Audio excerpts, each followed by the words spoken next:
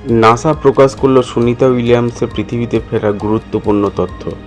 কবে, কোথায়, কিভাবে তিনি প্রত্যাবর্তন করবেন তা নিয়ে মিলেছে বড় আপডেট। মহাকাশ থেকে তার ফিরে আসার প্রতিটি মুহূর্ত এখন কৌতূহলের কেন্দ্রে। সুনিতা উইলিয়ামস ও তার সহযাত্রী বুচ উইলমোরের প্রত্যাবর্তনের পথ এখন আরও পরিষ্কার। তাদের ফিরিয়ে আনতে মহাকাশ স্টেশনে পৌঁছেছে এক বিশেষ দল। যদি আবহাওয়া অনুকূলে থাকে তবে আগামী সপ্তাহে ফ্লোরিডার উপকূলের কাছে সফল অবতরণের সম্ভাবনা রয়েছে। মহাকাশ প্রেমীদের অপেক্ষার অবসান হতে চলেছে। সুনিতা উইলিয়ামস ও বুচ উইলমোরের প্রত্যাবর্তন অপেক্ষার শেষের পথে।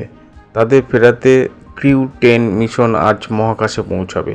মাত্র 8 দিনের জন্য মহাকাশে যাত্রা করলেও স্টারলাইনার মহাকাশযানের কারিগরি ত্রুটির কারণে তারা আটকে ছিলেন দীর্ঘ 9 মাস।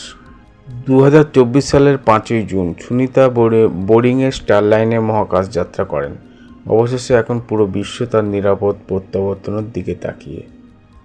ভারতীয় বংশোদ্ভূত আমেরিকান মহাকাশচারী সুনিতা উইলিয়ামস কবে পৃথিবীতে ফিরবেন তা জানতে বিশ্বব্যাপী উৎসাহের শেষ নেই।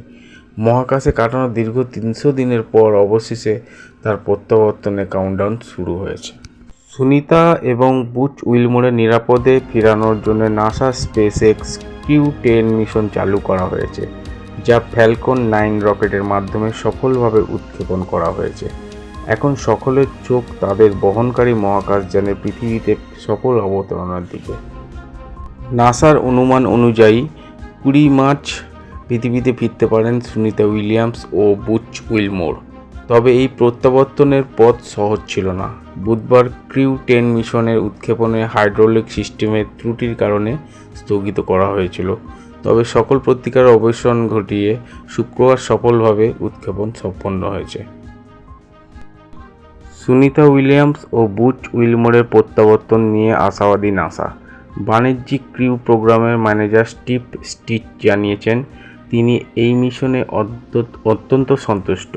তার মতে বুচ ও সুনিতা অসাধারণ কাজ করেছেন এবং আমরা অধীর আগ্রহে তাদের ফিরে আসার অপেক্ষা করছি। নতুন দল মহাকাশে পৌঁছানোর 2 দিন পরই সুনিতা ও বুচের পৃথিবীতে ফেরার যাত্রা শুরু হবে। এদিকে মার্কিন প্রেসিডেন্ট ডোনাল্ড ট্রাম্প তাদের নিরাপদ প্রত্যাবর্তনের দায়িত্ব ইলন মাস্কের হাতে তুলে দিয়েছেন।